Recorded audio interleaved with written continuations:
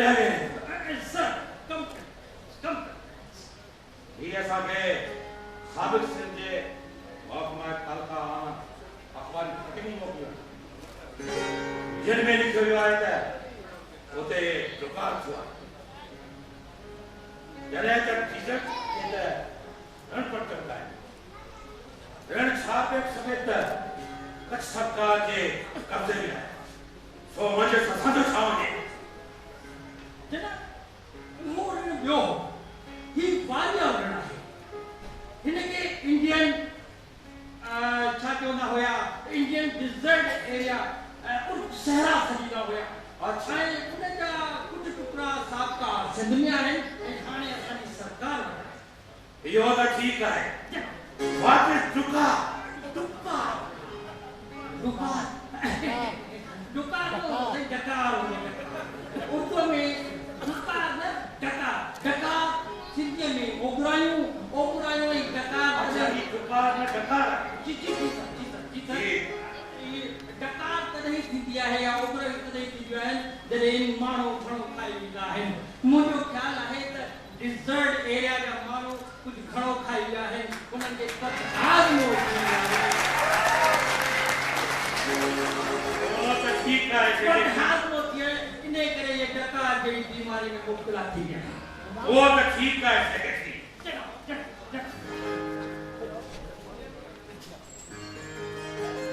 और सलाह दे उन्हें अच्छा कर मुझे तकलीफ है त तव्हां फौरन पंजाब ड्रग हाउस जी एकड़ो पर छा चवंदा आहिनि हुकुम जारी करियो त हू 10 करोड़ सोडा में टिकियूं ठाहे छा कयो सोडा में 10 करोड़ सोडा में टिकियूं ठाहे फौरन डिजर्ट एरिया मोकिले छॾनि ऐं उन जो बिल असांखे मोकिले छॾनि बुधाए महकमा तालकाता आमा खे भी फौरन हुकुम जारी करियो अच्छा हू भी 1 लाख उर्दू में हिदायतनामो छपराए उहो डिजर्ट एरिया मोकिले सेक्रेटरी जी सर हुकुम जी एकदम तामीर कई वई तामीर थी वई है ना यस पाण वारी हुन ॻाल्हि में छा लॻजा इहा ॻाल्हि केवड़ थी आहे पहिरियां उन्हीं जो ख्याल रखंदासीं आई नी खर्च पूरो 5 लाख ते 5 लाख मलिक साहब इनसो अखबार जी कटिंग को लेकर पूरा मसलो लॻो पियो आहे सारी इन जो मसलो टकार आयो आहे या टकार आयो आहे बाबा मूंखे ॾे तूं हल अपाणे को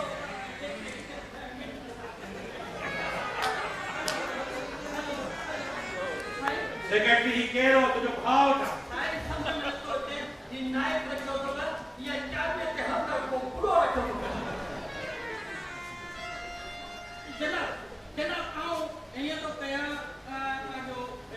डायरेक्टर महकमा तालका खे फोन थो करियां ऐं तव्हां वटां फोन मिलाए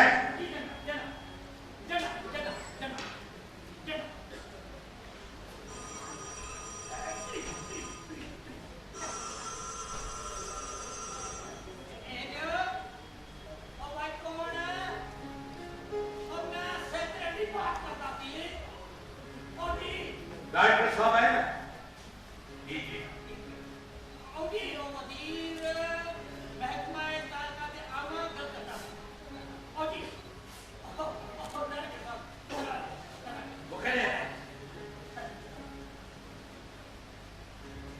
हेलो कौन बोलता है अच्छा डायरेक्टर साहब केड़ा हाल है ठीक कयो हाँ मां भी ठीक कया महारानी डायरेक्टर साहब हिकड़ी मुंहिंजी ॻाल्हि ॿुधो तमामु घणी एमरजेंसी आहे तव्हां सां हिकु ज़रूरी सलाह मशवरो करणो आहे तव्हां जल्दी अची रूबरू मूंसां मिलो ठीकु आहे पर थोरो जल्दी अचिजो ओके अल्लाह हाफ़िज़ मुंहिंजी तकलीफ़ सही हुआ भी डायरेक्टर यो तालका ते महकमा तालका ते आमा इन्हनि अखबार में असली जमा हाँ बिल्कुल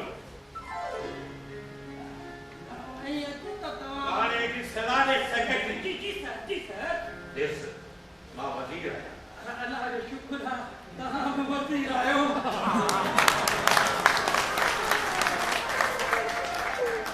डायरेक्टर यस जी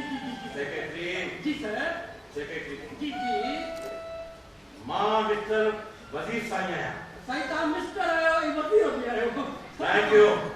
तो सलाह दे डायरेक्टर अचे पियो अच्छा अची वियो अचे छा पियो अस्सलाम वालेकुम वज़ीर साहब वालेकुम सलाम डायरेक्टर छा हाल आहे अल्लाह जा एहसान ऐं मालिक सन जी करम नवाज़ो वज़ीर साहब तमामु ॿुधायो मां भी ठीक आहियां डायरेक्टर साहब असांखे कुझु अखबार जूं कटिंगूं पहुतियूं आहिनि जी जंहिंमें चयो वियो आहे त घर में डुकार आहे मूं हुनखे डुकार चयो पर मुंहिंजे सेक्रेटरी चयो न डकार आहे असां त पूरा 5 लाख रुपया उते ख़र्च करे छॾिया उन्हनि जे मुल्क ते जी साईं पर सही है अखबार वारा बजाए असांजो थैंक यू करण जे असांजे चोखूं था कनि आख़िर इन अखबार वारनि जो को इलाज आहे कोन्हे जनाब इलाज जजा बस रुगो हुस्न साईं जी मंज़ूरी खपे मंजूरी कहिड़ी मंजूरी खपे मंज़ूरी इहा त सिंध जे डिस्ट्रिक्ट मैजिस्ट्रेट खे हुकुम कजे त को बि नओं डिक्लेरेशन खवा पुराणे अखबार जो ताज़ो डिक्लेरेशन हाँ या मालिक बदलाइण जो डिक्लेरेशन जी मुंहिंजी यानी डायरेक्टर महकमाए तालुकात आमा जी मंज़ूरी खां सवाइ मंज़ूर न कनि डायरेक्टर जेसि ताईं मूंखे मालूम आहे हा जॾहिं आउं एक्टिंग मैजिस्ट्रेट हुअसि डिस्ट्रिक्ट मैजिस्ट्रेट तॾहिं मूं पढ़ियो हो त कानून मूजिबि डिस्ट्रिक्ट मैजिस्ट्रेट खे डिक्लेरेशन ॾियण जो को पावर न आहे रुगो सही करण जो पावर आहे जनाब कानून आहे ॾंडो ही असां वञी न सघो त ॾंडे जे ज़ोर ते भरियो हो न बिल्कुलु असांजे शाइर चयो आहे त 4 किताबा शौक़ में वाह कि पंजवा उतरिया डंडा डंडे बाजो नहीं सुलझदा सिंध पंजाब का धंधा सेक्रेटरी जी सर डायरेक्टर चेतो त ही मंजूर कयो त मंजूर कयूं ठीक है डायरेक्टर जेको तव्हां चयो बिल्कुलु वो मंजूर आहे ॿियो इहो त जंहिं अख़बार जो नओं ताज़ो या प्रेस बदलाइण जो डिक्लेरेशन हुजे उन खां ज़मानत तौर 1000 रुपया वठो कलम अठो ॾंडो पेन कोट मोकिलियो ॾंडो त इहो बि ॾंडो मंजूर ऐं जेके अख़बारियूं नाशिकियूं आहिनि न उन्हनि जो अख़बारी पनो बि बंदि बल्कि हमेशा लाइ बंदि ऐं बेशिकिन अख़बारुनि जा इश्तिहार बि बंदि हमेशा लाइ बंदि तो बस पोइ कमु तयारु आहे हाँ डायरेक्टर साहब सेक्रेटरी को पूछा थी जी सर जनाब डायरेक्टर साहब जी जनाब ये कारण सां अखबार जो मुंह त बंदि थी वेंदो न जनाब बिल्कुलु बंदि थी वेंदो पोइ हाणे मूंखे इजाज़त ॾियो ठीक है डायरेक्टर तव्हां वञो पर कमु थियणु घुरिजे ठीक है जनाब ये मोदी सिंध जूं अखबारूं वधीक शुरूआत आहिनि ऐं कंहिं मां बि नथियूं पुछनि कंहिंजो बि पट को दूर करे सघनि थियूं ऐं उन्हनि खे न अची गवर्नमेंटुनि एॾो त शुरूआत करे छॾियो आहे जो कंहिं मां बि नथियूं पुछनि जी सर सेक्रेटरी हुनजी वजह इहा आहे जी सर ही अखबार वारा घणो था खाइनि ऐं घणे खाइण जे करे आफ़िजी था पवनि ऐं इन जे करे चोखूं था कनि हाणे डायरेक्टर पाणे हिननि खे बंदि कराए छॾींदो ठीक है सर मां थोड़ी देर इजाजत आवाज चाहतो ओके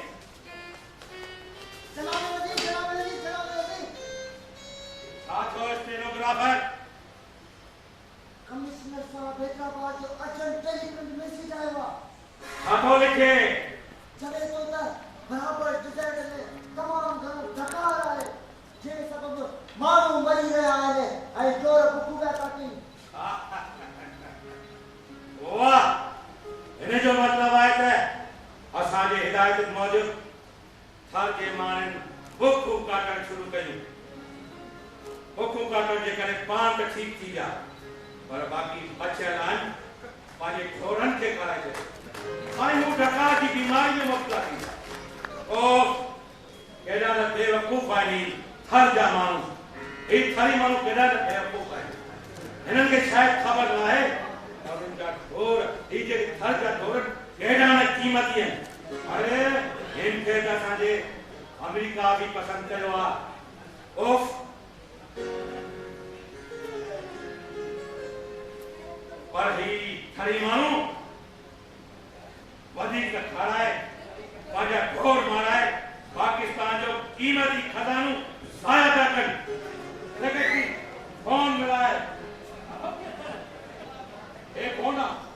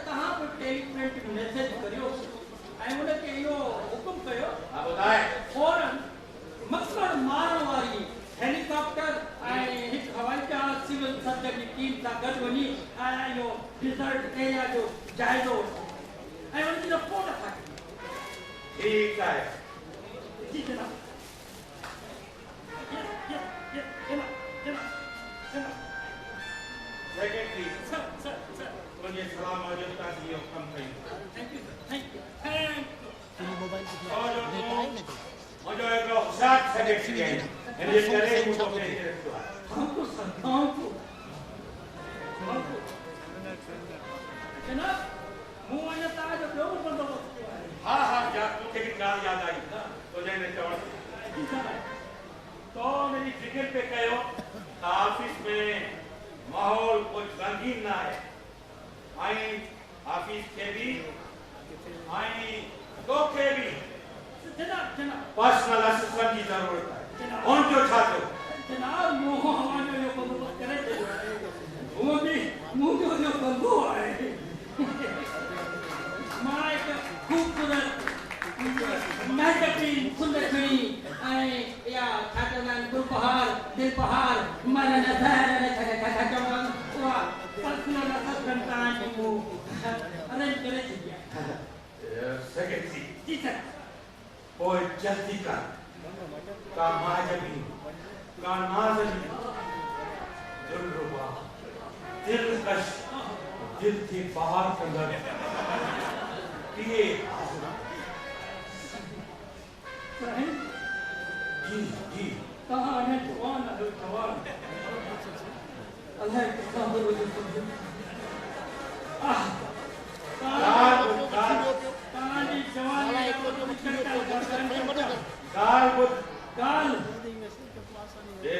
जिस जवानी के कायम रखला जवान जे जुर्मत बना बुझे साहिब तने माता रजनी घटाया आई तो जेडी सोबत में रहेगी मैंने सब फिक्र से तो आओ पाए हैं छोड़ा हमारी चलन खान बाबा हुक्म फैन कहीं ना हो ना आज मुझे रास्ते हो बता तभी बाहर निकले ये भी तोते रिवाज नायक कहाँ जना कट बिगड़ी खड़ी आया है नायक बाबा तुम माफ करें यदि तो बना कर लाइन कहाँ जब माय करे उधर हाँ जी बाबा जी ताज ला वो स्टेनोग्राफर डाल कर जनाब वजीर ये सब उतारो टकार बाबत ऑनलाइन है टकार बाबा हाँ टकार बाबत एक टकार थियो या जुस थियो आखिरी आए साहब सेक्रेटरी जी जनाब ये स्टेनोग्राफर छातो छे बाबा ये होते सर छातो जी बात है टकार बाबा तो छा कजे सर छा भाई छा कर इन्हें मान लो डिप्टी मिनिस्टर आए ना यो राणा चंद्र सिंह साहब जी इन्हें के फौरन तार करियो छोड़ो तो भेजो रहे उमरकोट में भेजो रहे तो डिसाइड के भेजो रहे तो वो वजह सरजमीन को जायदो वठी असा के फौरन तार करे सेक्रेटरी इन गाल जे करे त ॾाढो वणंदो आहे माना पाड़ो बची पियो ऐं पंध बची पियो जनाब तार करे तो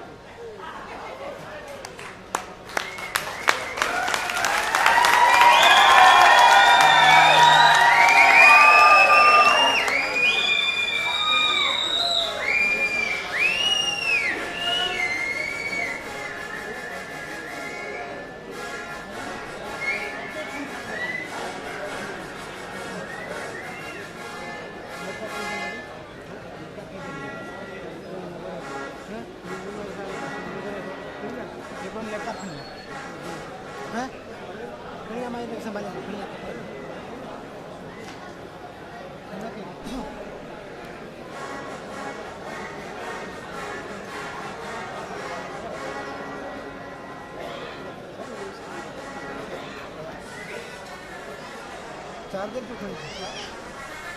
इनके बैग मांगे चार्जर तो साथ ही सर चार्जर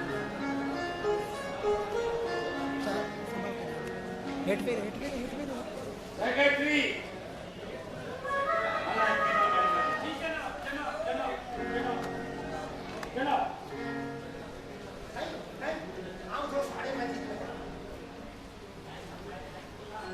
मुझे पाने वाला भी तो दे रहा है सेक्रेटरी जी जनाब ये सब मीर साहब है जो उनको छातो मलिक साहब मलिक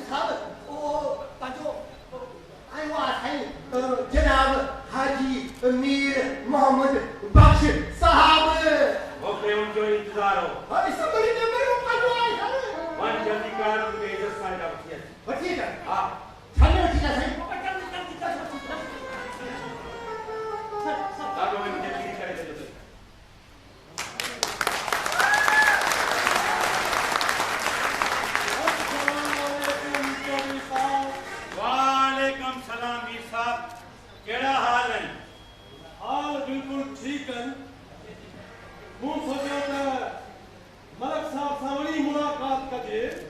वीर साहब मूंखे तव्हांजो ई इंतज़ार हो छो जो मूंखे तव्हांजे इलाइक़े जी ख़बर वठणी ॻाल्हि ॿुधो अमीर साहब ही वाट इज दुकान मलिक साहब तव्हां कहिड़े क़िस्म जा माण्हू आहियो तव्हांखे इहा ख़बर न आहे त दुकान जी माना छा और डकार चयो मो डकार अरे बाबा डकार जी माना आहे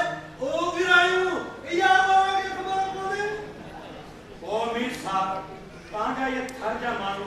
घणो छो था खाइनि जो आप जी पवन था बदार को उनके थी पए थो ऐं डकार थी वञे थो कहिड़ो बेवकूफ़ माण्हू आहे अरे वज़ीर साहब तव्हांखे ख़बर हुजणु खपे थर जा माण्हू घणो छा था खाइनि अरे बाबा हुते त कहत लॻो पियो आहे हुते बरसातूं कोन्हे हुते जा माण्हू बीमारियुनि में तबाही बर्बाद थी ऐं मरी रहिया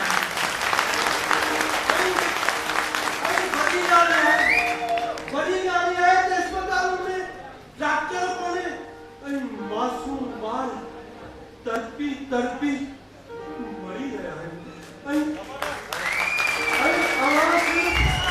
आवाज सिर्फ अन्ना तक इन गांव में पहुंचायो ते डकार की माना छाए माना तवा के तो खबर ही कोन थी पवे ते दुकान छाए ऐ डकार छाए वीर साहब छा असां ग़लति लिखियो छा गलत अरे बाबा तव्हांजे इन अहकामनि जे करे असां त थरवासियुनि जे अॻियां शर्म विझां पंहिंजो कंध ई चुकाए छॾियो आहे पर हिकिड़ा अवी आहियो जेके न त थरवासियुनि जी का ॻाल्हि सम्झो था न ई का सिंधवासी की ॻाल्हि सम्झो था केॾे में अफ़सोस जी ॻाल्हि आहे ॻाल्हि इहा आहे वीर साहब त असीं चऊं था डकार खणी चऊं था दुकान मतिलबु सिर्फ़ु एतिरो आहे मतलब सिर्फ एतिरो न आहे इहा तव्हांजी नाअहली आहे वज़ीर साहब त हुते जा माण्हू लक्ष्मी खाना जा माण्हू को बि दुकान जे मामले ते हुननि जी सहायता करण वारो कोन्हे ऐं अवां अञा ताईं को इहे फ़ैसिला कयो त दुकान खे विकिणे कजे या न कजे माना ई कोन था सम्झो आख़िर छा मसइलो आहे तव्हांजो परेशान छो था थियो चौधरी साहब ॿुधायो न दुकान जो मतलब ऐं मक़सद तव्हांखे ॿुधायो न त घर में बरसात कोन्हे उते जा माण्हू उन वटि अन्न कोन थो थिए उते जो माल उते जूं बकरियूं उते जा ऊठ उते जूं रिढूं गांव जो न हुजण जे करे उहे सभु मरी रहिया आहिनि तबाह थी रहिया आहिनि वीर साहब अगर तव्हांजे इलाइक़े में मींहुं नथो पवे छा थी पियो सिंधु दरिया मां पाणी ॾेई छॾींदा अब अञा कम ॾिसो हाणे सिंधु दरिया तो थर में पाणी वञे अरे बाबा असांखे सम्झायो न कीअं तव्हां पाणी पहुचाईंदा थर में बाबा गुलाम मोहम्मद बेराज में पाणी ॾींदासीं अरे बाबा गुलाम मोहम्मद बेराज मां नहर थर में कीअं वेंदी वीर साहब ॾिसो असां ही थल कराइण में हेतिरो जो नहरूं खोटाए छॾी वञे कम ॾिसो अरे बाबा थर पैनल अलॻि शइ आहे ऐं थर अलॻि आहे हाणे हिकिड़ी महिरबानी करियो खणी वञ चौधरी साहब हिकिड़ी महिरबानी करियो फौरी तौर ते पा वठो त मुंहिंजे थर जा माण्हू जेके पाणी न हुजण जे करे बुख बदहाली जे करे अस्पतालुनि में डॉक्टर न हुजण जे करे उते जूं औरतूं उते जूं नियाणियूं उते जा मासूम ॿार मरी रहिया आहिनि उन्हनि मिस्किननि ते रहम खाओ साईं वज़ीर साहब मुंहिंजे लाइ ख़ासि गुज़ारिश आहे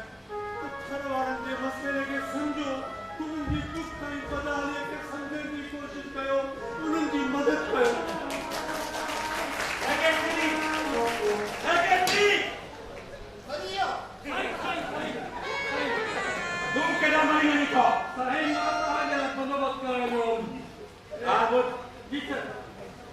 हिकिड़ो टेलीग्राम मैसेज कर हैदराबाद जे कमिश्नर खे जी सर ऐं उनखे लिख जी जनाब बुआ जी मूंसां रूबरू मिले जी जनाब ताकि असां जेको मीर साहब चयो आहे जंहिंजो इलाइक़ो आहे जेको थार जनाब उनके बारे में मालूमात वठूं जी जनाब ठीक है मीर साहब बड़ी महिरबानी चौधरी साहब घटि में घटि तव्हांखे थोरो घणो होश त आयो जो तव्हां कमिश्नर साहब खे हाणे आदर था ॾियो चङो देर आहे दुरुस्त आहे ठीक है मीर साहब असां कमिश्नर खे घुरायो उन खां मालूमात वठी हिन जो को हल कढूं मालिक साहब असांजे माण्हुनि जी पारत आहे शायदि इहो अहसासु न आहे त हुते जा माण्हू हर वक़्तु मौत जे मोह में ख़ुदा आऊं हाणे वञा थो पर अहिड़ो तौबा वठो जो घटि में घटि हुननि जा इहे बुनियादी मसइला हल थी वञनि तव्हां वञो था भले वञो पर मूंखे एहसास थियो आहे त वज़ीरनि खे मुशीरनि खे थी न थिए पर मूंखे एहसास थियो आहे मुंहिंजे घर वासी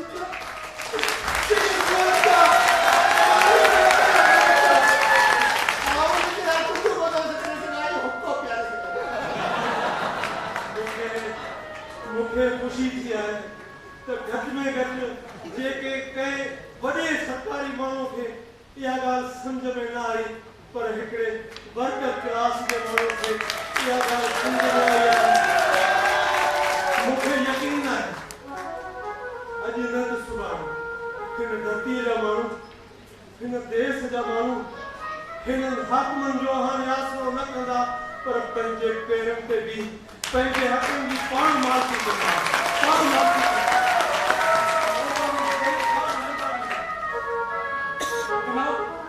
हूं टेलीग्राम मैसेज जेको आहे मैसेज लिखी त छॾियो आहे तव्हां सही घटि आङूठो वठी करणु आहियो हिन ते आङूठो तव्हां मोकिलियो हिकिड़ी त मीर साहब ॾाढी करे मथां माण्हुनि जे साम्हूं सही थियो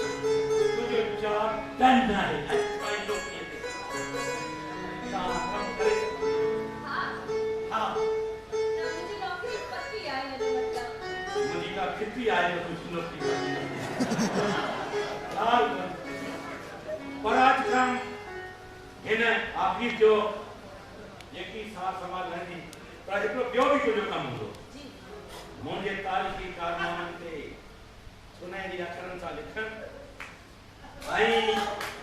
हिन 1 यूनिट जे दौर में मुझे तारीख़ की किताब अहिड़ो लिख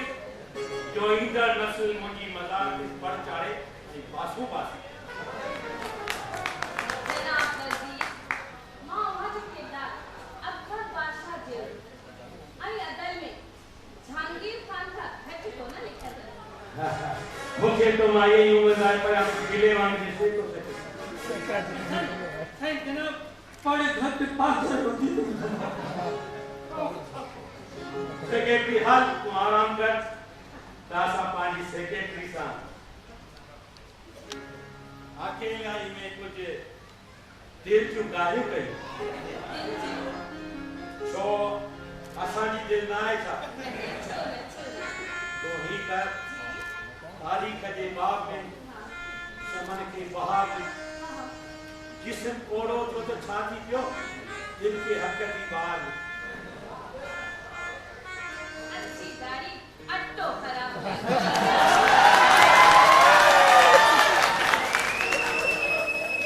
वॾी का शोधी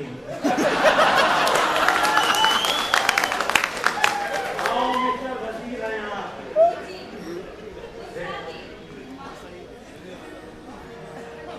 सेक्रेटरी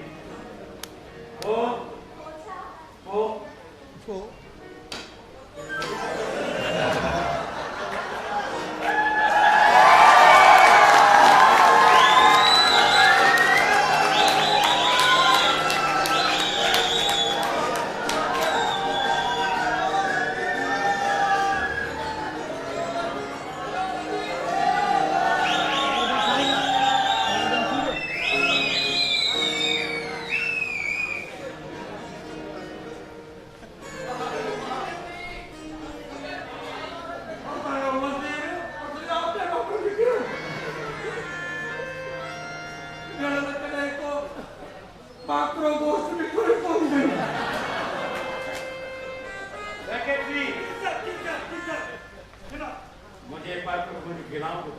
न सही गिला कबिया गिला वाले की तात आड़ गिला सेक्रेटरी कितना काम जी गाल लेडीज असांजे कमिश्नर असांजी ॻाल्हि खे सम्झंदे घर में तमामु घणियूं अनमोकले छॾियूं पर ही जेको डिप्टी डायरेक्टर फुट हैदराबाद रीजन घड़ी घड़ी असांखे टेलीप्रिंटर मैसेज थो करे दुकान क्लियर कयो दुकान डिक्लेयर कयो आखिर इनजो मक़सद छा आहे त ताकि हू चए थो त मिस्कीननि खे अन ॾेई सघूं डिप्टी डायरेक्टर साहब जेको मिस्कीन जो लफ़्ज़ इस्तेमाल कयो आहे उन मां सम्झजे थो त इहो मिस्कीन जहान खान कोसो वॾी पहुच वारो माण्हू के तरीक़े सां तरह सां इन डिप्टी डायरेक्टर साहब वटि पहुची वियो आहे ऐं हू अन्न ऐं इहो गाह चारो जेको आहे उनजी घुर कई अथसि जनाब लॻे थो त इहा मिस्कीन क़ौम बि तमामु घणी वॾी आहे ॻाल्हि ॿुध मां डिप्टी डायरेक्टर फुट जी ॻाल्हि सम्झी वियुसि हू चाहे थो त दुकान खे क्लियर कयो यानी अखबार वारनि जा डिक्लेरेशन छूट कयो हुनजो मक़सदु इहो आहे पर हू ॿुधी छॾे असां अखबार वारनि जा डिक्लेरेशन छूट न कंदासीं अगरि हू छूट कंदासीं त हू वरी असांखे टोकूं कंदा तंहिं करे डिप्टी डायरेक्टर खे टेलीप्रिंटर मैसेज कर जी सर असांखे आईंदा अहिड़ो को मैसेज न करे न त हुनजी बदली पिशावर करे छॾींदासीं मलिक साहब मीर खोसे साहब जे बारे में आउंदा मौजूद है ॿुधाए यो मीर खोसो साहब जो वॾो फसादी माण्हू थी वॾो फसादी हा सेक्रेटरी तोखे यादि आहे मुंहिंजी की तार आई हुई मिस्किन जान खोसे जी जंहिंमें हुन लिखियो त थर में दुकान आहे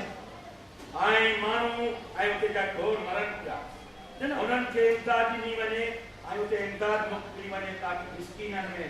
इमदाद कराई वञे इहो तो जेको ज़िक्र कयो मिस्किन जान खोसो मिस्कीन जान खान खोसो इहो आहे केरु इहो वॾो फसादी माण्हू आहे पंहिंजे माजिस्ट्रेट में ऐसा लॻा कंहिं करे छॾियो जेल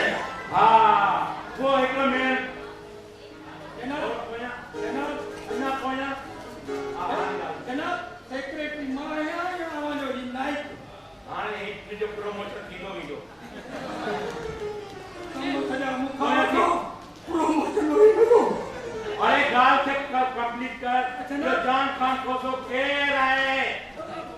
खोसो लफ़्ज़ मुंहिंजो ख़्यालु आहे इहो संग जो वापारी आहे अन्न जो वापारी न आहे मिस्कीन जहान खान खोसो अन्न जो वापारी आहे साईं अन्न जो न संग जो वापारी आहे ऐं आऊं ॿुधायां हा ॻाल्हि कर मुंहिंजे ॾाढो सना कम वठो ॿिया कम न वठो आऊं ॿुधायां मीर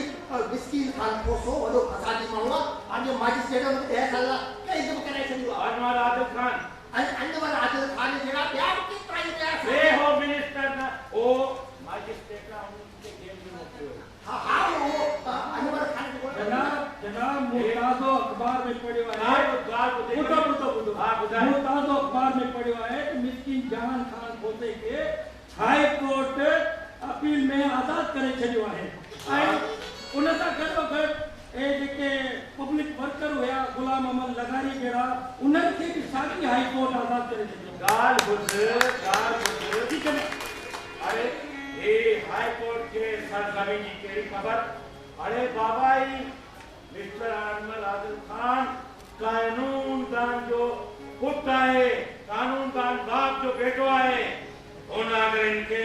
बदमाश ठहरायो जान खान के ये जरूर बदमाश हूंदो छो जो जेके पंहिंजा सभु संत निकिरी वेंदा आहिनि उनखे बदमाशी थींदो हा साईं हू नेकी जो कमु कंदो हुनखे जेल में विझो बाक़ी जेके चङा कम कनि हेड़ा जो हुनखे अची वेंदा ऐसे यार ॿुधो मूं ही कमु छॾियो हिन खां वठो साईं आउं अहिड़ा कम करण लाइ तयार आहियां पर इहे भुलियूं वठी वञो हुन मां कमु कंदी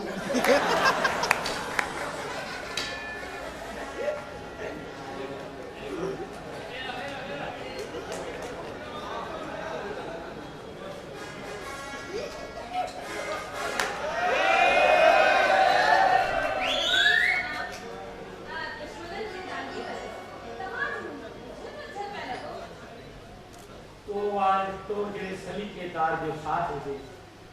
आई सुंदर साथी गॾु हुजे त दुश्मन जी खट पई हूंदी खट या मूंखे बि थोरी सिंधी अची वई आहे हा तो छा पे चयो बोलना मां छा थी चई सघां तव्हांखे अच्छा अॼु तव्हां देर सां छो आहियो अॼु त असांजी घणी अपॉइंटमेंट हुई तव्हां थोरो सवेर अचो आहे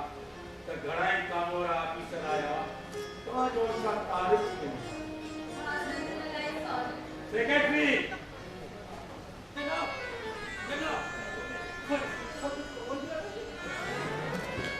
गाल सेक्रेटरी जी जनाब आज के मंत्री साहब हम लोग अॼु जी ख़बर कान्हे कल्ह जी पुछे आज को दे दा है सेक्रेटरी को दिया जी कहिड़ो सेक्रेटरी मां ई मर्द मुंहिंजी नौकरी खाता में जी नौकरी वाह खयो वाह गाल वो तो के सेक्रेटरी बस एक तो के कुछ न समझाए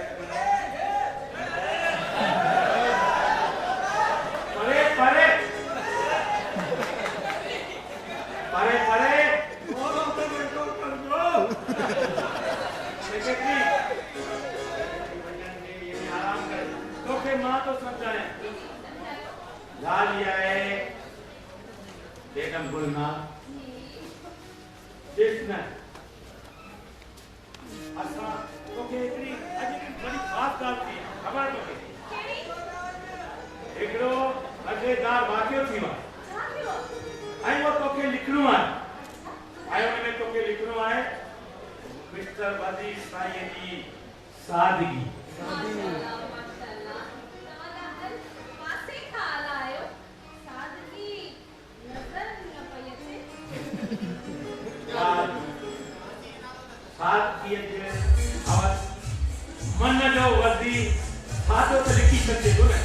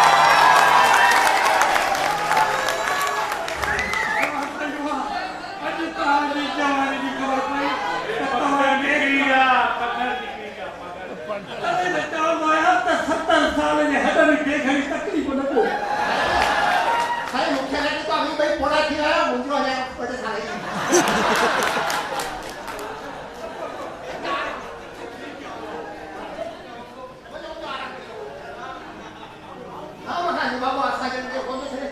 बाहर लगा सर अभी अंदर आराम करो भाई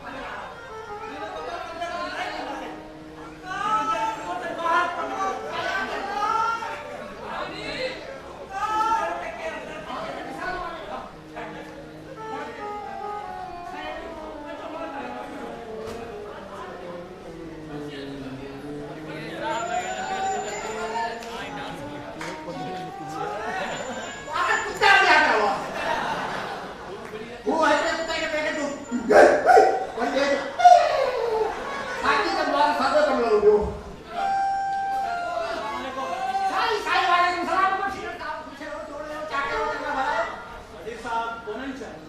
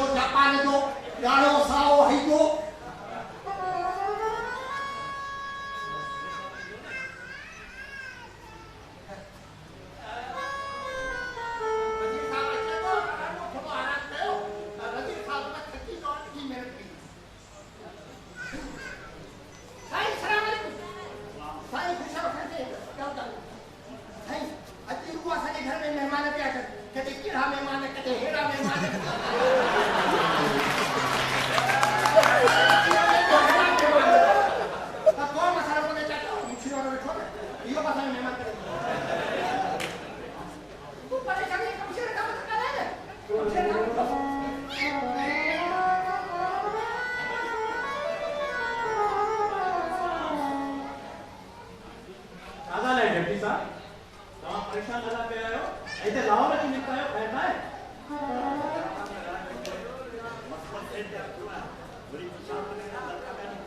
छो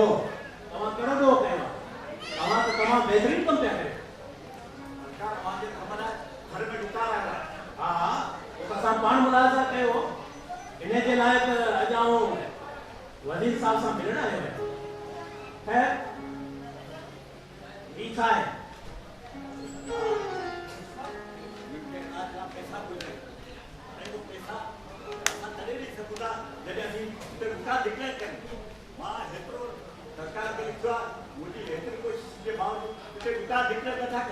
तो तव्हां टेली पेंटर मैसेज न कया सरकार दिक्कत था और बीएफएम मैसेज कया पर सरकार है उधर ना क्या मस्त मस्त मैसेज करियो है तो जब पास उतार है छा थी पियो ओ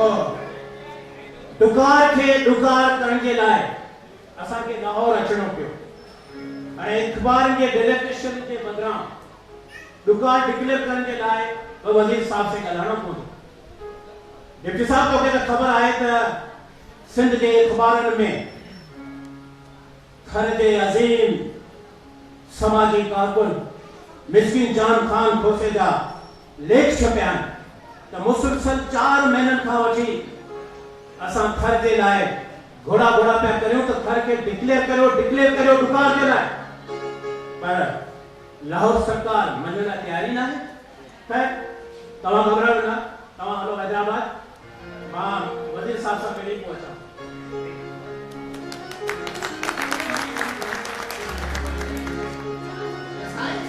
पानी वगैरह का पिया बेचारो है एकरो दफा आपरो ऊपर से मानी खाए और मानी वो सुनियो से जंगो तो पता है पाजी पानी खा के हर के समझ आए पानी है पानी सातो पानी ये तो बक्सरा सातो पानी आई का आगे मजे की गाल उठाया साहब से गरीब बंद से पाछे पानी के थोड़ा नमकीन करे कॉपी लगा मारो पानी दाग फिक्र नहीं होता है पानी पिया नहीं पड़े तो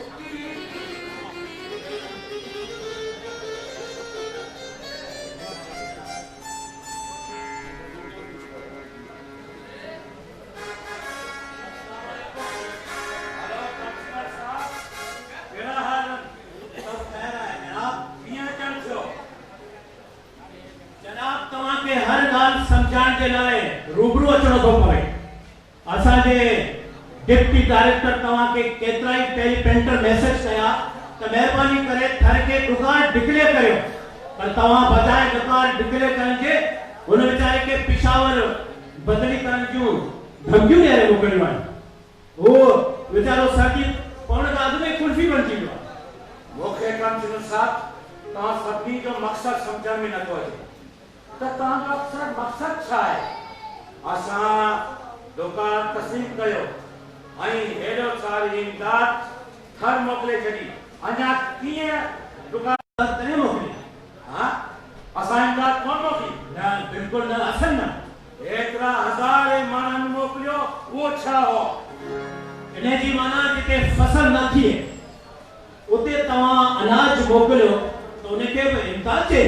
अहिड़ो अनाज त तव्हां पिशावर ऐं पंजाब पिया मोकिलियो। असां हेतिरी इमदाद मोकिली, तव्हांखे उहा इमदाद नथी लॻे?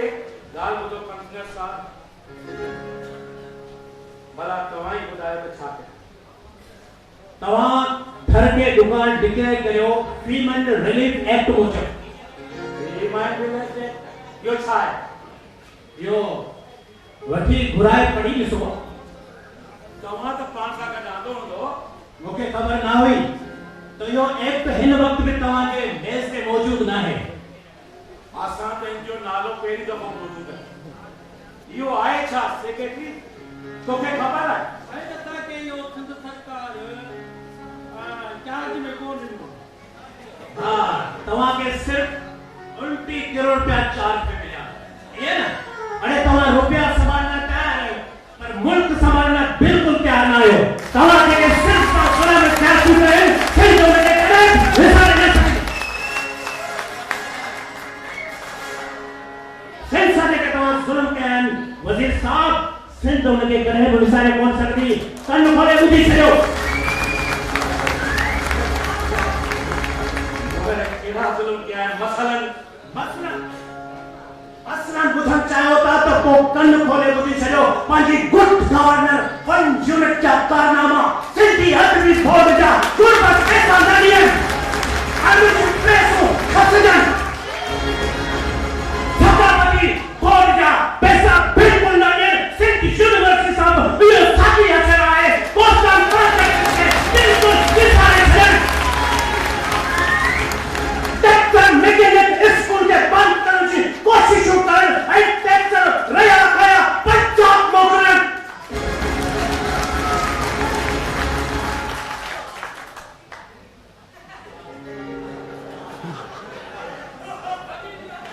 वज़ीर साहब, अञा कुझु ॿुधणु चाहींदो? एतिरो ॿुधायो, अञा छा ॿुधाईंदो? त कन खोले ॿुधी छॾ। मूं काफ़ी असो हुन सिंध धरती जो नमक खाधो आहे ऐं सिंधू दरिया जो पाणी पीतो आहे। जेकॾहिं तव्हां उन धरतीअ खे वीरान करण जा मंसूबा करे सघंदो, तव्हां वॾो नालो हराम न आहियां वज़ीर, जो ॾिसंदो रहां। तव्हां बि हिते जा आहियो? तव्हां त हाणे सफ़ा सिंधी थी विया आहियो। सिंधी छो न थिया? अरे वज़ीर साहब, सिंध धरती जी उहा सरज़मीन आहे जिथे हिकु दफ़ो को हुते आबाद थींदो आहे। जॾहिं हुनजो नमक ऐं सिंधू दरिया जो पाणी पींदो आहे त उन धरती जो गैरतमंद पुट बणिजी वेंदो आहे। जेकॾहिं तव्हां उन धरती जे फुर्सतनि जे वाद तां रिज़्क़ खसे ॿिनि सूबनि में विरहाईंदो ऐं जापाननि जूं दावतूं कंदो त उते आऊं कंहिंजो ख़ामोश रही सघां। वज़ीर साहब,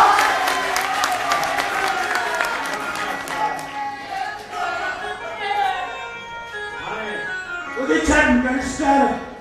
वज़ीर साहब, हिन 1 यूनिट ऐं तव्हां जहिड़नि हुक्मराननि जे लाइ हुन सिंध धरती जे सूफ़ी शहर कई सदियूं अॻु सच चईंदो आहे त भला मोहर नबी हथ न वियो हेतिरो, उन्हनि अखरनि ते वेठा चिप चढ़ी बदन थियो वरी कूड़नि पायनि थियो। मिनिस्टर साहब, मुंहिंजे पिशावर या रावलपिंडी बदली करण जा ऑर्डर कढी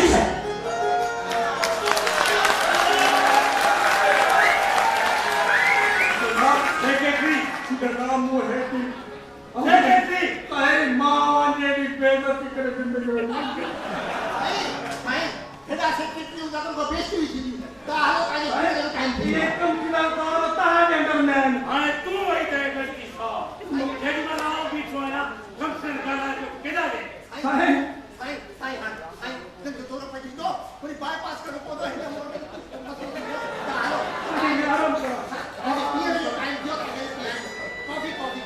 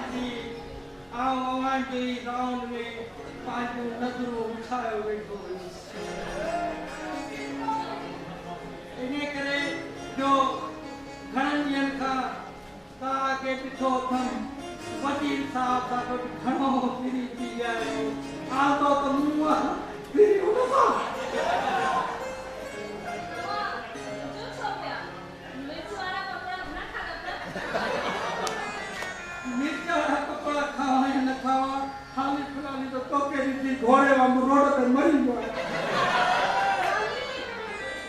घोड़े मां इंसान थी न थियायो हाणे पियो थींदो आहे के महिल दाग खाईंदो ऐं के वेले गोश्त हाणे त हरणी खाइण जो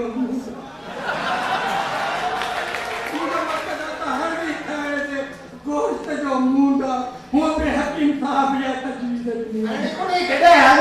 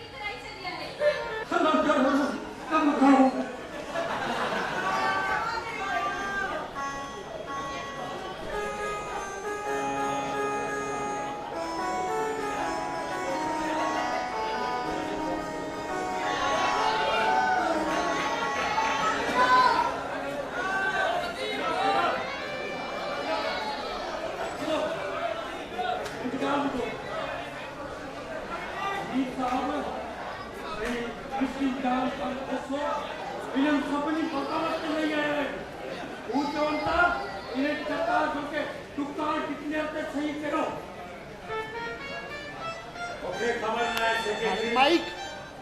सबनी के खोज सबको डका डुका जो करे। अस्सलाम वालेकुम वजीर साहब।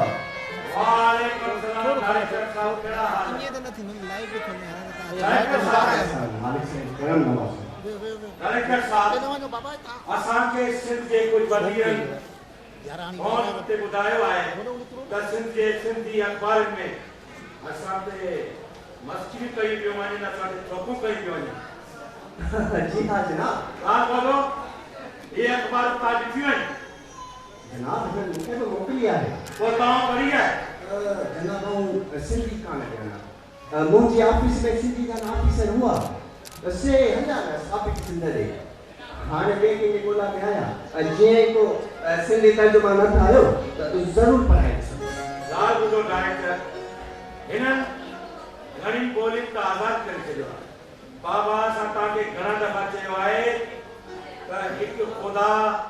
हिकु क़ुरान हिकु रसूल हिकु काबो हिकु वन यूनिट पर हिते को बलोची पियो बोले को पश्तो पियो बोले को पंजाबी पियो बोले को सिंधी पियो बोले ऐसे ज़बानुनि खे बि की ॾींदासीं। जनाब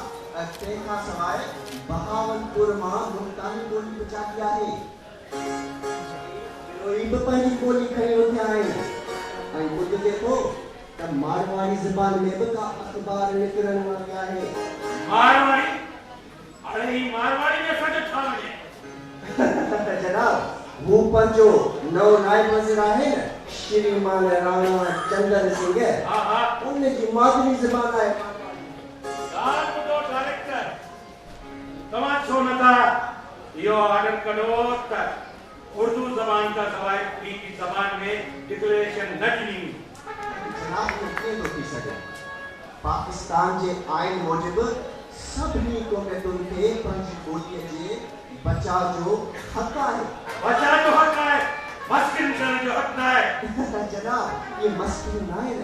बल्कि इस्लाही हुक्म आहे जेके हर जॻह मुल्क में खुदी रहंदियूं आहिनि। पर डायरेक्टर कुझु सलाह ॾिजे पर छा कजे? छा कंदासीं? कुझु कोन करे सघे। हाणे मां सम्झां थो त हिन अख़बारुनि जा इश्तिहार बंदि करणा पवंदा। जनाब, इश्तिहार त अॻे ई बंदि अथसि। उन ते त उल्टो अज़ीम पंजाब जो शुक्रियो अदा करे। इश्तिहार बंदि आहिनि, पोइ खणी भरी ॾियोसि ऐं घणा ॾियोसि? जनाब, ॾियोसि या न ॾियोसि, उन लाइ को फ़र्क़ु नथो पवे। हूअं त जंहिं सिटे ते इश्तिहार हूंदा आहिनि न, उन ई सिटे ते वज़ीरनि ऐं आफ़ीसरनि जी मुखालफ़त जो कंदो आहे। पोइ लॻे पियो असांजी थैंक यू अमेरिका ते बि टोपी पियो कंदो आहे। पोइ लॻे थो त कम्युनिस्ट हूंदो विजुस जेल में, मगर इहो त कम्युनिस्ट जे ख़िलाफ़ ई कंदो आहे। पोइ हाणे खणी खॾ में ॻाल्हि ॿुध, पाण भई तंहिं था कयूं हू जेको पियो ड्रामा लिखे भले पियो लिखे, पाण भई उनखे ध्यानु ई न ॾियूं। जनाब, ध्यानु ॾियूं या न ॾियूं, पर हाणे असांखे दुकान ज़रूरु डिक्लेयर करणो पवंदो। छो छो दुकान डिक्लेयर करणो पवंदो? जनाब, वो इन करे त जेकॾहिं थोरे वक़्त में दुकान डिक्लेयर न कयो त अवल त उहो अख़बार में लिखियलु ड्रामो सॼे थर में स्टेज तौरु पेश कयो वेंदो ऐं उन खां पोइ सिंध जे ॿियनि हिसनि में बि पेश थींदो। वॾो ममण मचंदो। जनाब, मुंहिंजी तकलीफ़ इहा आहे त तव्हां इन दुकान डिक्लेयर ते सही करे छॾियो ऐं बजट इजलास जी तयारी करियो। ॻाल्हि ॿुधो, जी कमिश्नर बि चवे दुकान खे सही बि कयो, डिक्लेयर कयो। दुकान हा, इहो हाणे मां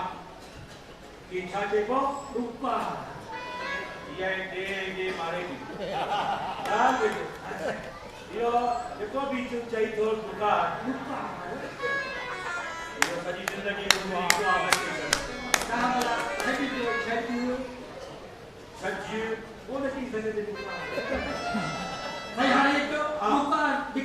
सही कयो ऐं हाणे पाण बजट जी तयारी न कयो, उन जो फिक्र कयो। हे बि चए थो थकियूं ॾे थो दुकान, हाणे तूं सॻी चईंदो सही कयो। जी सही, छोके तुंहिंजो मशवरो मूंखे वणंदो आहे, सुठो लॻंदो आहे। सही कई, सही अचे नथो सही कयो। उहो बि सही कयो, जेको सही कयो। छॾियो तव्हां उन जे लाइक़ न आहियो। छो न सही कई, सही कयो बग़ैर गुनाह जे। बग़ैर हिते सही कई, हिते सही कयो। हिंदी में उर्दू में सही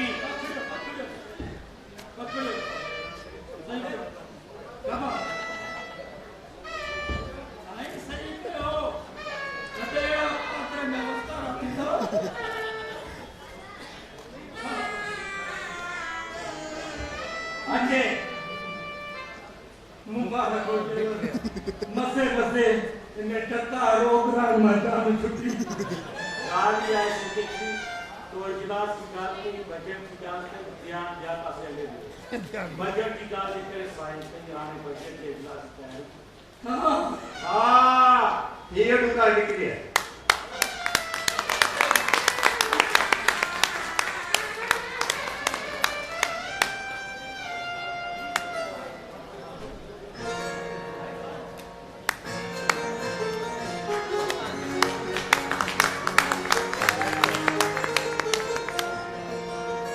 तव्हां खां पुछंदासीं त ही ड्रामो तव्हांखे कीअं लॻो तव्हांजे ॾाढो मज़ो आयो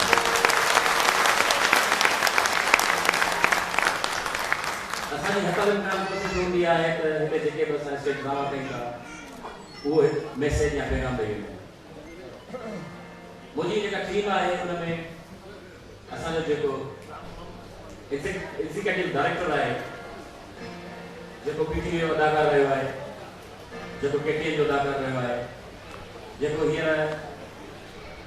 सिंधीअ ते कमु कया आहिनि मराठी ते कमु कयो आहे ऐं हाणे बेटा आर्ट्स काउंसिल जो चेयरमैन आहे मां पंहिंजी टीम जे चीफ एग्जीक्यूटिव डायरेक्टर खे रफ़ी किसान साहब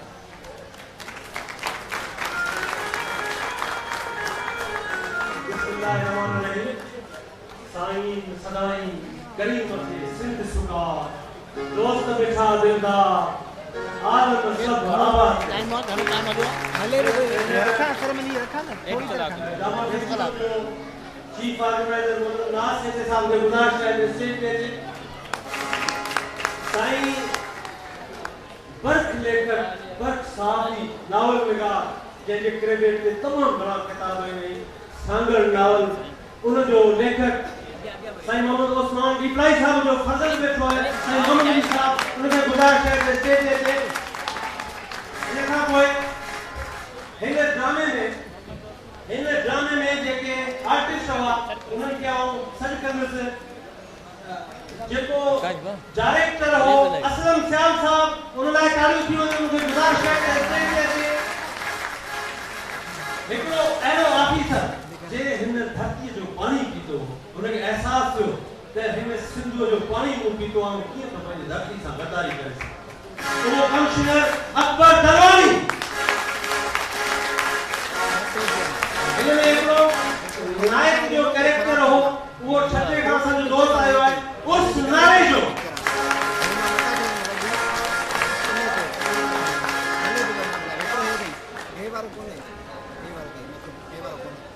जेको टाइप राइटर हो वो बेहतरीन नौजवान आर्टिस्ट नूर मेमन के गुजारिश है स्टेज पे अचे इन ड्रामे जो असिस्टेंट डायरेक्टर सनाउल्लाह मेमन के गुजारिश है स्टेज पे अचे मुश्ताक चांदियो के गुजारिश है स्टेज पे अचे इन ड्रामे में जो सेक्रेटरी हो तमाम सिंध जो बेहतरीन आर्टिस्ट खालिद कया जे सेक्रेटरी जो किरदार अदा कयो उनके गुजारिश है स्टेज पे अचे PS personal assistant madam Sidra Shaikh के गुजारिश है स्टेज पे अचे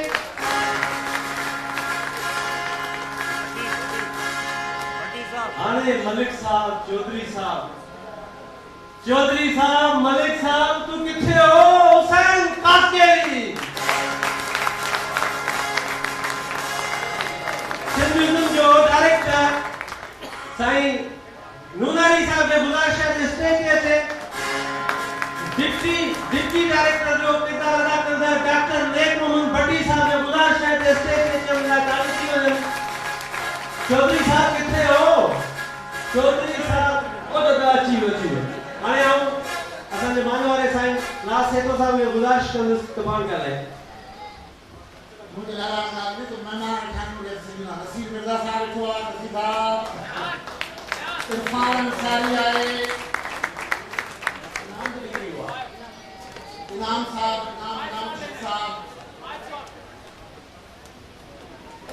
हमारा जो बैठा पीपलाई साहब हाशू मेहरबानी नाज सेतो साहब अज ये मुझे जिंदगी जो नहायत अहम ॾींहुं आहे ऐं तव्हां यकीन करियो मूंखां मुंहिंजे ॾोहिटे पुछियो त बाबा तंज़ छा हूंदी आहे छाकाणि हुन वीचारे लफ़्ज़ कॾहिं ॿुधो कोन्हे मुंहिंजो बाबा तंज़ हिकिड़ो अहिड़ो अजीब लफ़्ज़ आहे जेको तव्हांखे खिलाए थो ऐं रुआरे थो ऐं इहो जॾहिं ड्रामो ॾिसंदे तॾहिं तोखे ख़बर न पवंदी त असीं वज़ीर साहब ते खिलूं या थरे जे हाल ते रुओं ऐं तव्हां यकीन करियो इहो समूरो वक़्तु मुंहिंजी अखियुनि में पाणी पिए आयो ये ड्रामो दरअसल 1958 में थियो वियो हो जॾहिं रोज़ा में इबरत इकला साहब पाण हलाईंदो हो जीअं हलाईंदो हो त हालतूं अजीब हुयूं सुबुह जो नाश्तो मिटर जी मानी कोन हूंदी मिटर जी मानी हूंदी त राति जी मानी कोन हूंदी असांजो इहा हालतूं हूंदियूं नतीजो इहो थियो त 1958 में जीअं ई माशरा लॻी त पहिरियां जेके माण्हू गवर्नमेंट अरेस्ट कया हुआ उन में हैदराबाद जतोई साहब हो इफ्लाई साहब हो मुंहिंजी उम्र उन 18 साल हुई मूं ताज़ो अञा मैट्रिक जो इम्तिहान पास करे गवर्नमेंट कॉलेज में प्री मेडिकल में दाख़िला वरिती हुई पर इन धमाके इन गिरफ़्तारी में पोइ वरी इन सभिनी खे लाहौर मोकिलियो वियो शाही किले में मोकिलियो वियो पुछाऊं करण वास्ते ऐं इन ड्रामे जे करे ऐं ॿिया ॿिया किताब लिखिया हुआ जेके ज़ब्त थिया हुआ मुंहिंजी ज़िंदगी में तब्दीली अची वई ऐं पंहिंजी पढ़ाई कंटिन्यू न करे सघियसि सॼे घर जो ॿार मूं ते अची वियो पर इहे सभु तकलीफ़ूं अॼोके ॾींहुं सभु जेके आहिनि से असांखे थोरो साफ़ कयो उनजे वास्ते आऊं नाज़ साहिब जो शुक्रगुज़ार आहियां जंहिं हिन ड्रामे खे चूंडियो ऐं जेको असांजे कुरेशी साहिब हिन ड्रामे खे तब्दीलियूं ज़माने जे हिसाब सां आणियूं आहिनि तमामु सुठियूं तमामु आलिशान ऐं न सिर्फ़ु किरदारनि में ऐड कया विया आहिनि पर असुल ड्रामे जो रूह जेको आहे उहो एतिरो जानकार रखियो वियो आहे जो हर जे ॻाल्हि कंदे ऐं मूंखे इहो अफ़सोस थिए थो त उन वक़्तु जेकॾहिं दुकार खे ऐं डकार में कोन सम्झंदा हुआ त हिन वक़्तु थर में दुकार पवंदो आहे पाणी न हूंदो आहे त कराची मां नेसले जे पाणी में ट्रक भरिजी वेंदा आहिनि हींअर बि जेको आहे असांजा हुकुमरान ऐं माफ़ी थो वठां उन्हनि जो को रवैयो थर वास्ते सुठो कोन्हे को अस्पतालनि जो हाल सही कोन्हे को हींअर बि इहो ई हाल आहे डॉक्टर कोन्हे को दवाऊं कोन्हे को पर सभ खां वॾी ॻाल्हि जेका अफ़सोस जी आहे त थरनि में अञा ताईं जदीद ज़माने जो रूह कोन थो अचे उहे अञा ताईं पंहिंजो पाण खे 200-300 साल पुराणे कल्चर में हलाइनि पिया ख़ुदा जे वास्ते इहो धनी कल्चर इहे ॻाल्हियूं ख़तमु करियो उन्हनि खे चयो त मॉडर्न ज़माने में अचनि पंहिंजा मसइला पाण करण जी हिमत कयो बाक़ी हर साल उतार जे वक़्त में तव्हां नेस्ले जी बोतूं अचनि या कणक जूं बोतूं अचनि जेके इंडिया जा समग्र थी वञनि या NGO अचनि करोड़ रुपए जा जेके पैसा फंड खाई वञनि उहो ज़मानो हाणे ख़तमु थियो तव्हांजी वॾी हिते असां वटि इंतिहाई मौजूद शख़्सियतूं वेठियूं आहिनि उन्हनि खे बरीगाह चऊं था सिंध जो नाले वारो नाटक नवीस शाहनवाज़ भट्टी साहब माण्हू ड्रामो वेठो आहे लिखियो उन लाइ तारियूं थी वञनि साईं मुंहिंजी पद ॿधण वारो असिस्टेंट कमिश्नर वफ़ा सुमार साहब वेठो आहे उनजी वॾी महिरबानी असां ज़ुल्फ़कार इस्माइल साहब वेठो आहे उनजी महिरबानी उस्ताद यूनुस साईं खे गुज़ारिश आहे त स्टेज ते अचे नाले वारा असां वटि वेठा आहिनि अदाकार इस्माइल लगानी साहब अल्ताफ सुमरो साहब उन्हनि खे भलीकार चवंदा डॉक्टर खोड़े साहब खे भलीकार चवंदा असां वटि साईं नसीर साहब जो मौजूद आहिनि असीं चाहींदासीं त साईं खां कुझु हाल अहवाल पुछिजनि बड़ी मेहरबानी आप सब अवल त इन ड्रामे के डायरेक्टर अशफाक ऐं इन जी पूरी निगरानी आला टीम जेका नासिर साहब जी सरबराही में कमु करे पई उनखे दिलि जे गहराई सां जीअं रस्मन चइबो आहे त मुबारकबाद पेश करियां थो दोस्तों हमेशा थींदो ई आहे त जॾहिं को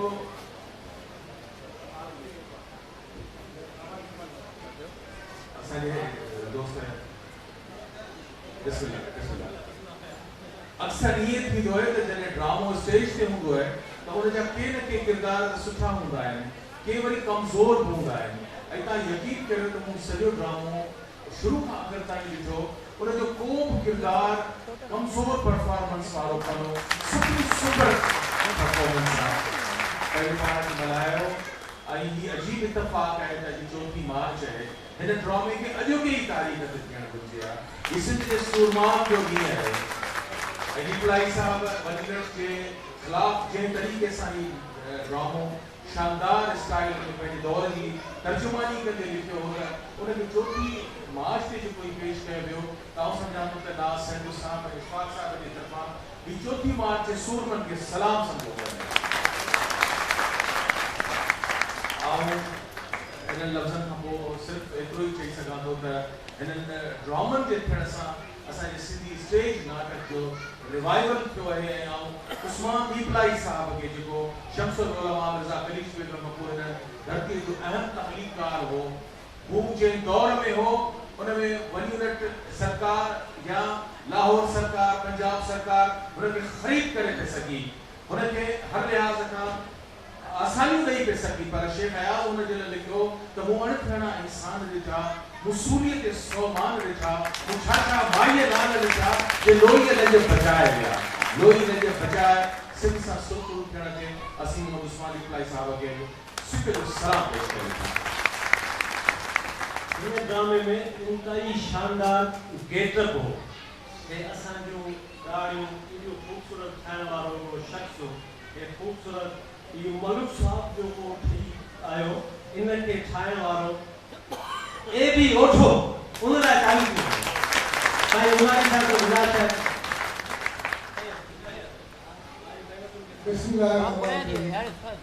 काबिल एहतराम स्टेज दोस्तों हाल में अस्सलाम वालेकुम। सच पुछो दीपलाई साहब जो ही ड्रामो अॼु खां 57 साल अॻु जो लिखियलु आहे। हाणे जेके हिते माण्हू असां हाल में वेठा आहियूं थोरो इन शइ खे सोचो, मां सम्झां थो 57 सालनि खां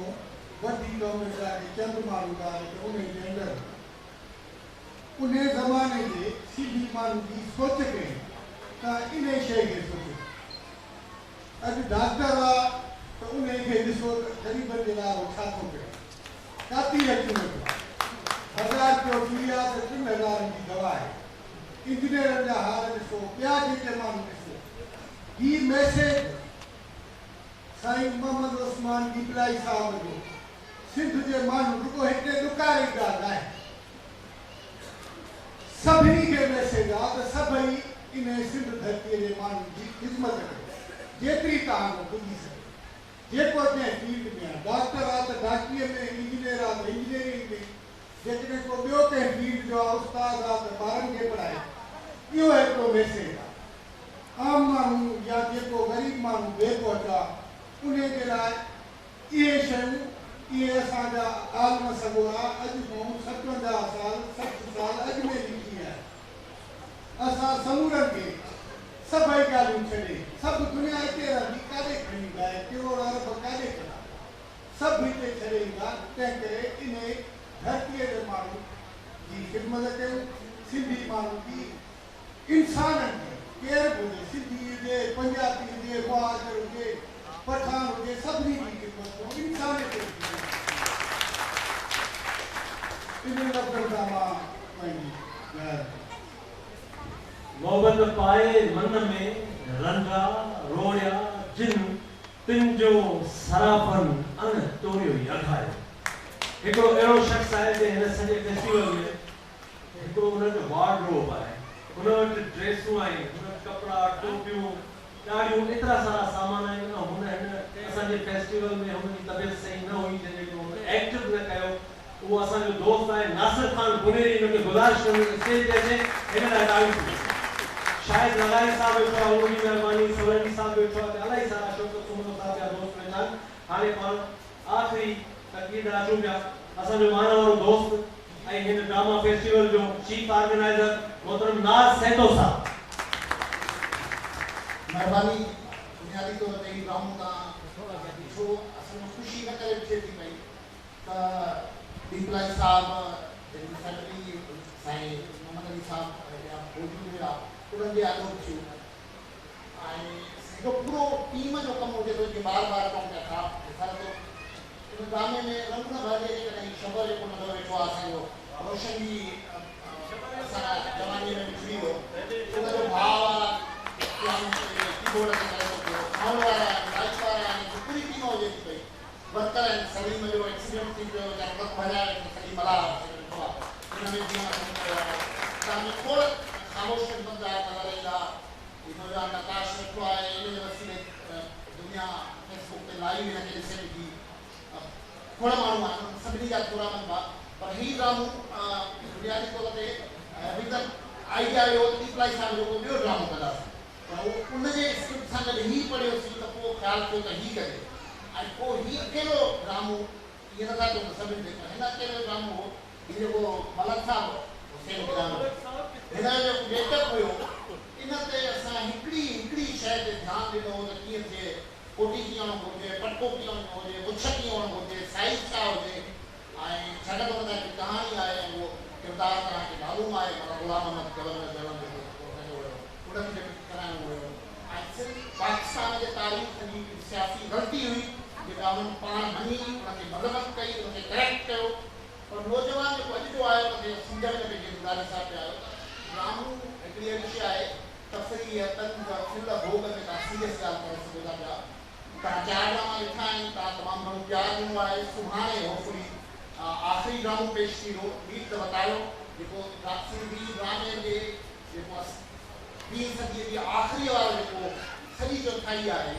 उन चौथाईअ ते सिंधी स्टेज नाटक ते जा माण्हू जो वॾे में वॾी छाप आहे उहो आहे साईं निसार हुसैन सां ऐं उनजो लिखियलु ड्रामो आहे ॿी त बतायो जेको आहे उहो पेश थींदो ऐं सुभाणे तव्हां होपफुली सभु ईंदो सुभाणे असां ॿियो कुझु त न ॾींदासीं आर्टिस्टनि खे पर ज़रूरु उन्हनि खे दाद ॾींदासीं एप्रिशिएट कंदासीं ऐं हिन तक़रीब में शरीक थींदो होपफुली असां उमेद रखूं था त जेको कल्चरल मिनिस्टर सरदार शाह चवंदा ही प्रोग्राम